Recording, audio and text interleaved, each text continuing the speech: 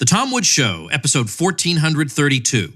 Prepare to set fire to the index card of allowable opinion. Your daily dose of liberty education starts here. The Tom Woods Show. Hey everybody, tell me if this sounds like you. You're debating healthcare with your interventionist friends, and you just can't seem to hold your own. They immediately claim the moral high ground, and you just don't know how to respond. Well, check out my free ebook, Your Facebook Friends Are Wrong About Healthcare, and you will be shocked. Yes, even you, a veteran libertarian, will be shocked at just how solid the libertarian position is. Pick it up for free at yourfriendsarewrong.com. Hey everybody, Tom Woods here. Very, very glad to be joined once again by our old friend Gary Chartier, who is Associate Dean of the Business School at La Sierra University, where he is also Distinguished Professor of Law and Business. We're going to be talking about his brand new book, A Good Life in the Market, An Introduction to Business Ethics. It is not easy to find a good business ethics textbook for reasons you can imagine, but Gary has done it. It's a tremendous book that you will love reading. It does not feel like a textbook. It's very persuasive. It's very carefully argued for an audience that is probably not on board and is probably not familiar with some of the ideas Gary and you good listeners believe in, and it just succeeds on every front. I'm so pleased with it. So as soon as I saw it, I said, we're getting old Gary Chartier back on the show. Gary, welcome back. Great to be here, Tom. I am very, very interested in this book. I love this book. I love the way you've organized it. I love the array of topics that are in here. I love how humane it is. And I think you know what I mean by that. It really is aimed at human flourishing, and particularly in this aspect of our lives. But I want to start off with something that I learned, I think, talking to Nick Capaldi, who, at least for a while, taught business ethics at Loyola University in New Orleans. And I think it was him. He was suggesting to me that when you look at the typical business ethics textbook, there is, in general, a strong bias in it. Now, first of all, have you encountered such a bias? And secondly, what is that bias? So, I want to be careful about this because there are lots of business ethics texts out there that I certainly haven't looked at. But if I had to guess, I would say that business ethics professors, like humanities academics more generally, probably are pretty comfortable with the social democratic consensus that obtains in a lot of American academia. So I would guess that that would tend to be reflected in a lot of the texts that students might encounter. Right. Okay. All right. Now, your book is taking the idea of living a good life in the market as being a subset of living a good life more generally. And you try to describe in brief what that looks like. So let's start there. What does it look like to be living a good life? And given that I think a lot of people in this day and age recoil from the idea that there might be certain basic principles for living a good life. You're not saying that there's only one way to live. That's a very different claim from saying that there is a way to think about what it means to live a good life. That's absolutely right. I really believe that recognizing and celebrating the variety of human lives is entirely compatible with recognizing at the same time that there are ways of living that work, just as there are ways of living that don't work. And so like most of the rest of my stuff, this book really is rooted in the Thomist Aristotelian kind of natural law tradition, though I've tried to express that in a way that I hope isn't unduly ponderous and doesn't get in the way of people's understanding the approach. So what I try to do in the book, in the first two chapters, is to talk about, first of all, different ways in which a life can go well, and thinking about friendship and aesthetic experience and knowledge and all the other things that might go into potentially a life that we might want, not just for ourselves, but for the people we care about. And so then in the second chapter, I'm interested in how we might choose with respect to those various ways of living well. And so I suggest that, there are some principles there, including what I call recognition, which is just acknowledging that there are specific ways in which things can go well and choosing with those in mind. Fairness, just not making arbitrary distinctions among those who are affected by one's actions. Respect, not choosing to injure, oneself or others. efficiency, pretty straightforwardly, not unnecessarily, kind of wasting in one's pursuit of various goals, and then commitment, organizing one's life by making commitments that provide some structure and order and kind of hierarchy for the different values that one pursues. Because my view is that while there are these many different ways in which a life can go well, obviously, any given life isn't necessarily going to include all of those, and isn't going to include all of those in the same weight, right? So, I mean, I very much agree with I disagree, with the people for whom balance is everything. I think it's entirely okay to be really enthusiastic and passionate about some things and to sideline others, as long as you don't somehow pretend that those other things aren't valuable and actively attack them in your own life or other people's lives. It's perfectly okay to focus on some things. And so a good life, I think, very often will be a life that's focused on particular goods in light of those different principles that I lay out. Now, given that you have a lot of specific topics, I'm of course going to address some of those specific ones, but speaking generally, how would you try to situate people in the problem of understanding how it's possible to lead a good life in the market? I think people think of the marketplace as being something amoral, as being a place not really where that human flourishing comes once you punch the clock and go home. That's when real life is lived. The work you do is a necessary evil. I don't think people a lot of times think of it as an arena in which human flourishing is meant to continue. So what does it look like in the market? Yeah, so I believe really strongly that, at least in principle, obviously you recognize there are distorted and toxic environments, within the market that may complicate things. But at least in principle, it seems to me that markets provide all kinds of opportunities for human flourishing. People can develop their various skills and their creativity. They can build relationships that matter. And of course, at the same time, they can contribute indirectly to flourishing, right? So I don't want to, even as I say that it matters that flourishing really does happen on an ongoing basis in the marketplace. Obviously, what happens in the marketplace also supports flourishing outside of the marketplace. I don't want it at all to say, as the stereotypical person you envisioned might say, oh, well, that's the only time good things happen, work is a necessary evil. Not at all. I think great things happen by way of skill and creativity and relationship and aesthetic experience and so forth in the marketplace. And at the same time, the marketplace supports various kinds of flourishing that occur outside work as well. Now, let's talk about your section on property. Yes. Property, I think, to some people sounds like, if you're trying to vindicate the rights of property, this sounds to them like privilege, or this sounds to them like greed and selfishness. And you've got a description of the functions of property that, again, I think the word is humane, where I think you're helping people to think about it in ways they haven't before. Yeah, thank you, Tom. I mean, what I'm trying to do is to spell out what I think is broadly, again, a natural law view of property. But the natural law tradition has, I think, sometimes seen property as important, but as nonetheless, in a fairly loosey-goosey way, conventional, so that, I think for many natural law thinkers, it's been relatively okay for state authorities to interfere willy-nilly with property. What I've tried to do is to show that the more you take seriously the different ways in which a scheme of property rights, can hang together, and the more you recognize how such a scheme can support human flourishing, the more constraints there are on what's going to count as a reasonable property system.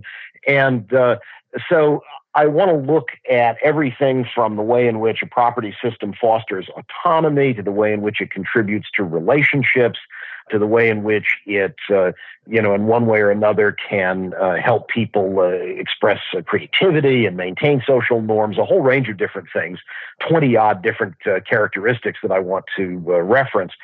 And the idea then is that once we start to see that as embodied creatures, we've got to make decisions about property, and that there really are, once we recognize that it's particular people who flourish, there really are reasons then for a system of private, or as Hayek would have said, several property. And we recognize that the more of these constraints we recognize, the more of these ways in which a property system can contribute to flourishing we recognize, the more we see that there are limits on what's going to count as a good property system. And so I try to suggest, and I don't claim this is particularly original, this sort of model goes back to David Hume, and you find it in people like Anthony DeJazai and Randy Barnett. But I want to suggest that we look at these different aspects of flourishing that a property system serves, and in light of those, we can see that, there's perhaps not a perfect case, but there's at least a good case for what I suggest are three basic, or as I like to say, baseline property rules. These are what I call effective possession, free exchange, and exclusive control. And the idea is that effective possession says, look, when something is unowned, then you can establish ownership over it by taking effective possession. That's, I think, perhaps a less metaphysical way of talking about much the same thing that Locke has in mind when talking about mixing labor. That the second rule then is that once you've got something, you're free to give it away or exchange it at your discretion. And then exclusive control says while you have it, you're the one who gets to make decisions about it. So we can imagine more complicated property rules, but I think that simplicity actually and reliability are among the really important characteristics of any good property system, and that's why I argue that we should presume these fairly simple, straightforward property rules that in different ways further autonomy, creativity, relationship, and so forth. Now, you do have a section on wealth, it's true, but couldn't somebody come back at you on that property thing and say that why doesn't the need of others enter into and circumscribe your rights to property? So that's, I think, an important consideration, and indeed I want to argue, of course, in the book, as I think certainly the Aristotelian Thomist tradition has consistently maintained, that philanthropic generosity, that giving to others, including those certainly who are in significant material need, is part of living a good life. It's part of what being a good person means, and it is therefore ethically significant and not ethically optional. But whether the system should be structured in such a way that the legal authorities or the state or whoever should be able to interfere willy-nilly with people's property in order to address the kinds of needs you're talking about is a different matter. And what I'd like to argue is that at the systemic level, we're all better off. Societal, well-being. Not suggesting there is some thing called society that has well-being, but widely shared prosperity is fostered when there are these simple, reliable rules that aren't interfered with.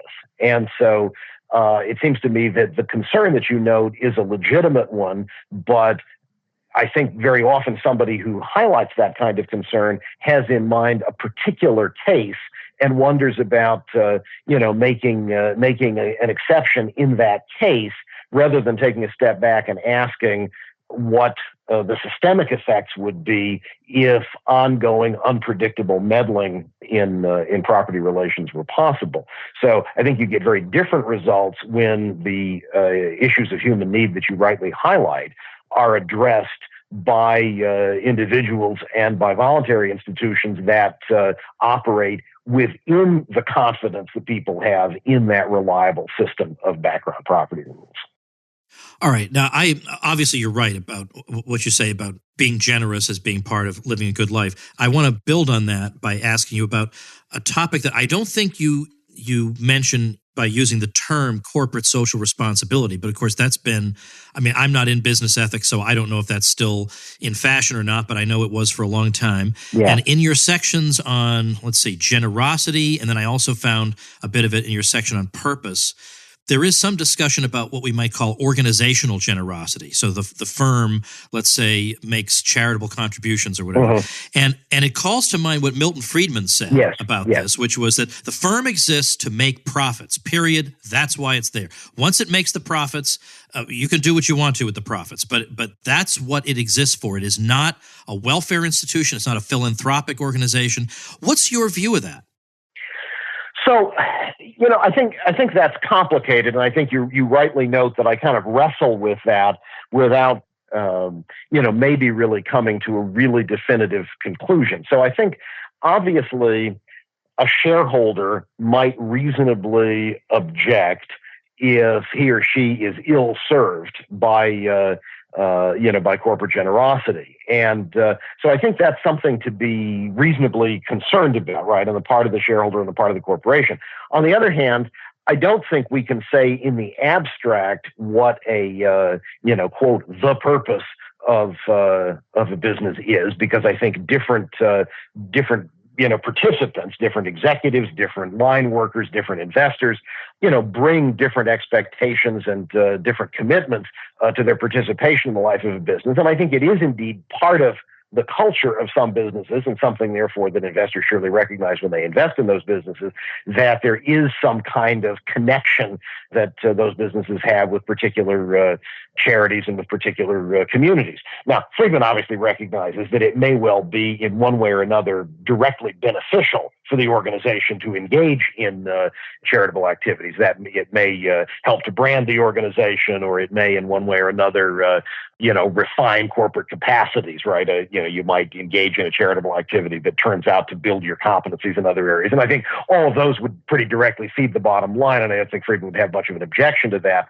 But I'd want to say, if a firm does, in fact, go beyond that, sometimes maybe investors would have reason to object that their resources are being misused.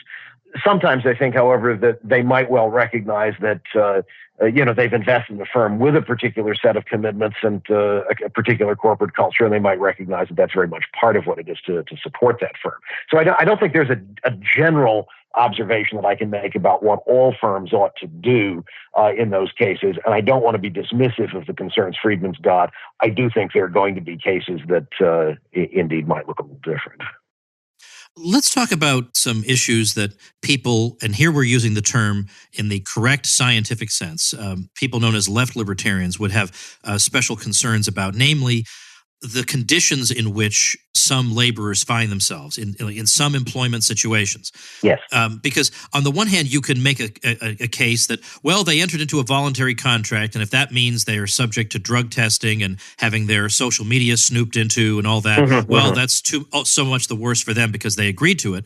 But my sense is that the left libertarian argument has to do with, well, contract or not, we can still, in the same way that I'm perfectly at liberty to be critical of a firm's decision on some choice they've made and still be a libertarian in good standing, you can likewise say, I think it's really crummy for a company to do that and treat its workers like chattel. So what are your considerations here in a textbook on business ethics when it comes to the treatment of workers in cases like that? Yeah, thanks, Tom. I think that's something that matters a good deal to me, and then I try to handle in a couple of different places in the book, particularly in the chapter on privacy and the chapter on firm organization. So I certainly recognize that in a genuinely open market, there will be a variety of employment arrangements on offer, and I don't suppose that there's one such arrangement that's going to make sense economically, and I don't suppose there's one such arrangement that's going to make sense ethically. But I do think that it's important to recognize that, especially as we spend, in many cases, more and more time and energy in our workplaces, as those workplaces play really crucial roles in our lives, that it would be important for supervisors and employers to ask the question, just how much they would be comfortable seeing their autonomy compromised in the workplace.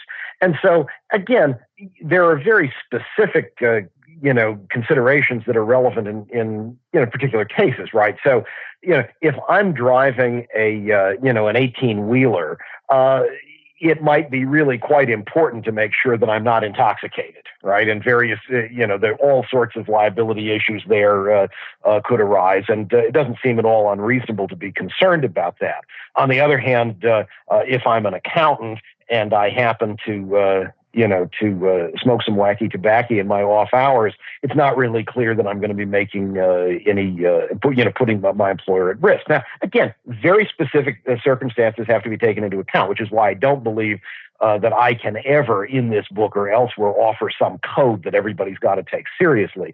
But I think we do value our autonomy, and we recognize, as you say, that just because somebody has the right to do something, and we can agree that that person should have the right to do whatever it is, it doesn't follow that it's necessarily wise or helpful or appropriate or reasonable. And so, I think it's a good thing that we're in a culture that no longer imposes criminal penalties for people who cheat on their spouses. That doesn't mean any of us want to be cheated on by our spouses, and regard that as morally acceptable. And so I think in the same way, it's reasonable to say that contracts should certainly be able to, in principle, embody a variety of principles for workplace relationships, but most of us, at least I think, would prefer to function in workplaces in which our capacity to make decisions, our autonomy, our dignity were affirmed and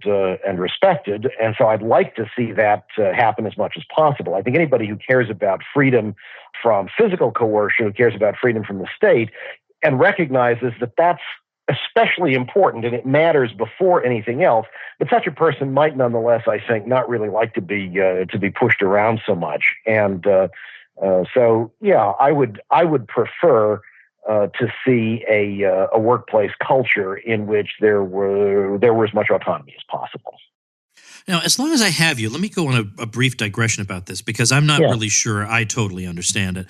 But I get the feeling reading some, and I'll admit, not actually in the literature, but just reading offhand comments on social media among some left libertarians. And here, I'm not talking about people who have certain left-wing cultural commitments. We're talking about the people who look at capitalism a certain way and in fact, don't even care for the term capitalism.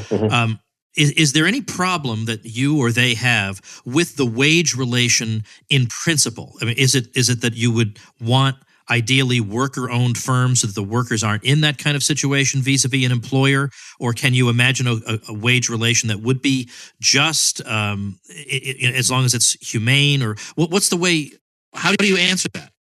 Yeah, so, and I think this will be apparent from what I have to say in the book. I don't have an, in principle, kind of normative objection to the employment relation. I don't think that's somehow inherently evil. I think there are probably some people who do think that, and certainly some of those people deserve to be taken seriously. I think David Ellerman has posed a bunch of interesting questions there that need to be addressed, but that's not my view. I think that you can perfectly well have an employment relationship that's perfectly okay morally. I think that the very fine Austrian economist David Prochitko has written over the years a number of interesting things about the way in which Austrians and other free market folks might think about worker-managed firms, and I think Dave, makes a good case that there's something attractive there. But I also recognize that there are risks and liabilities associated with taking the kind of financial responsibility that you often do in a worker-managed firm, that there really are attractive alternatives, that don't involve taking the same kind of risk when you instead enter an employment relation. I don't want to, kind of trivialize that at all. So I'm not opposed in principle to employment for wages. I just think that a variety of options would be good. And even in a kind of conventional employment setting, I think it's a good thing, and I try to suggest not just for the worker, but for the firm, when employee dignity and autonomy are taken seriously.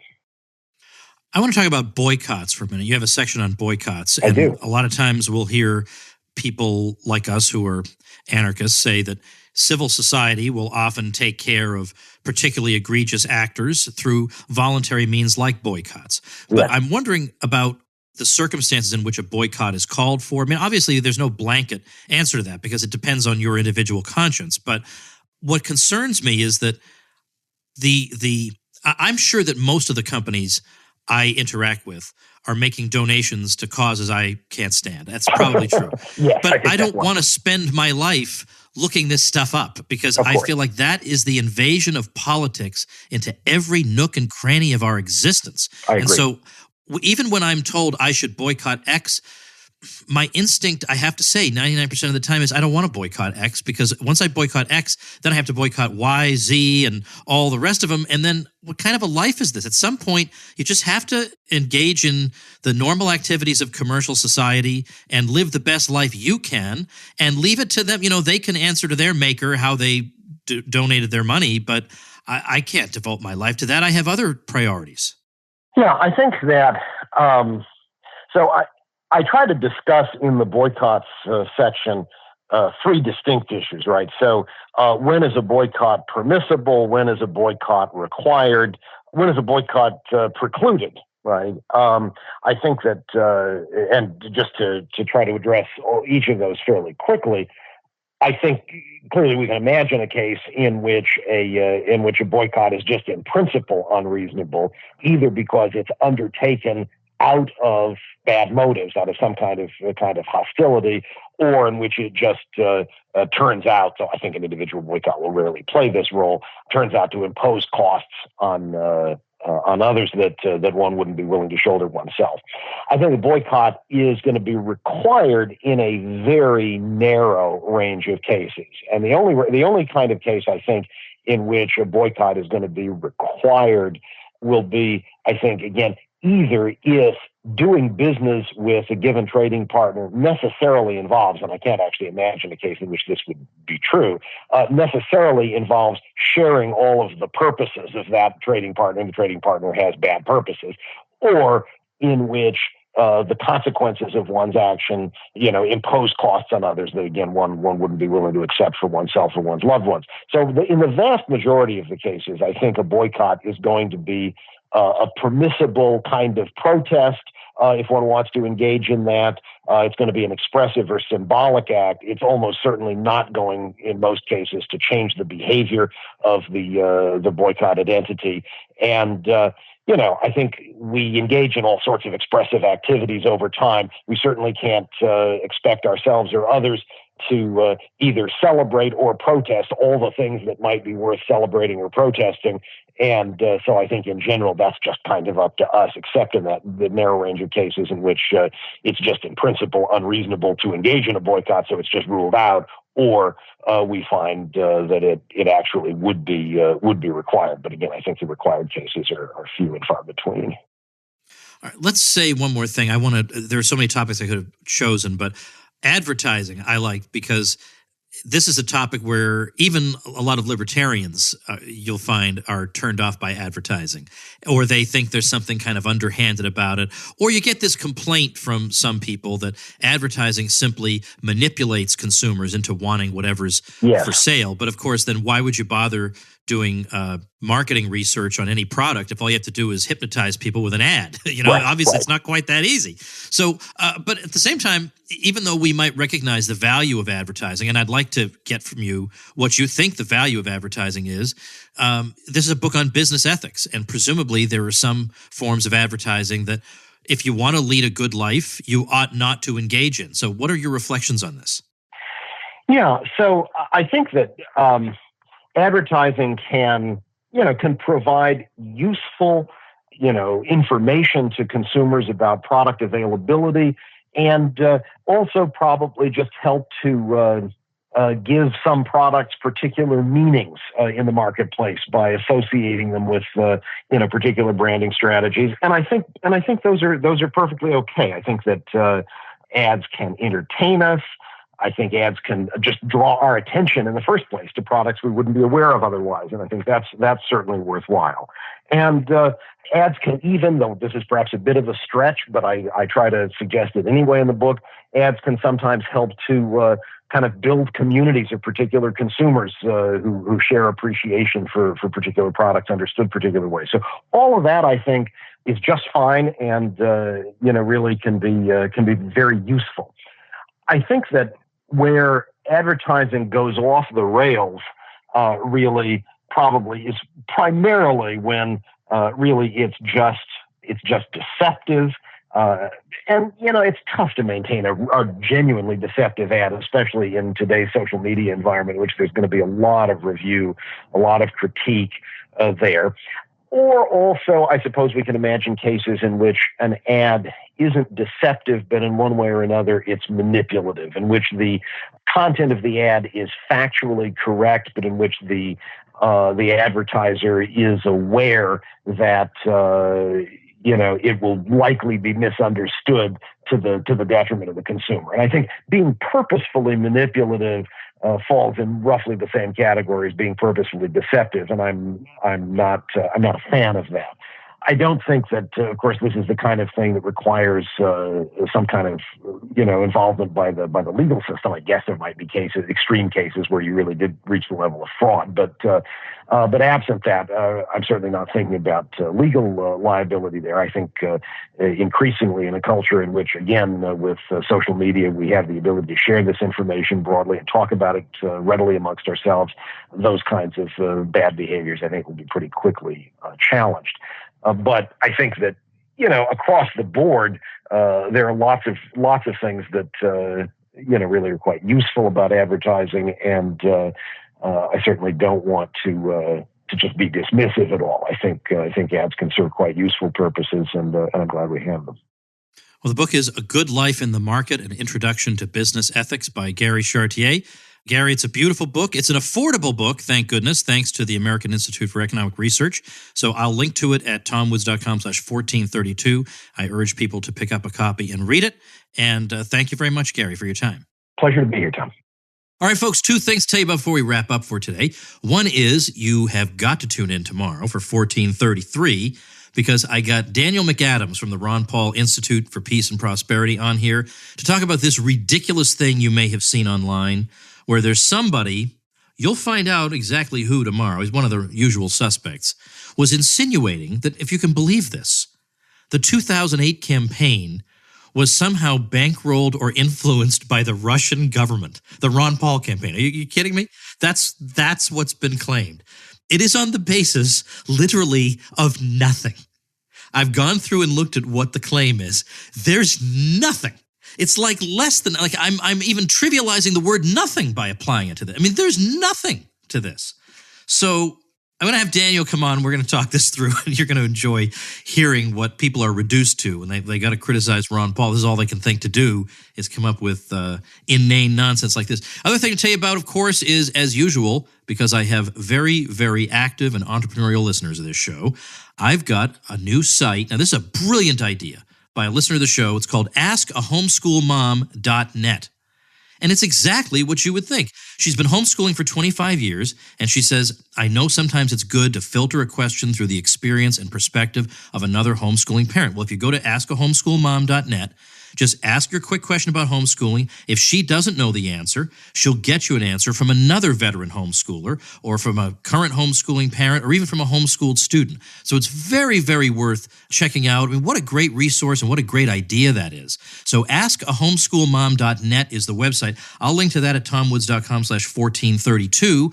Now, let's all say it together. Why did askahomeschoolmom.net get free publicity in the Tom Woods Show? Because they got the hosting through my special link. So you get a really good deal on your hosting, plus publicity from me, plus membership in my private mutual help bloggers group, a backlink on my site, which helps you with your search engine ranking, and a couple of dozen video tutorials to get you up and running as a WordPress blogger. So these are great bonuses. You get them all for nothing. All you got to do is use my link. So check out the details at tomwoods.com/publicity, and we'll see you tomorrow. Become a smarter libertarian in just 30 minutes a day. Visit tomwoods.com to subscribe to the show for free, and we'll see you next time.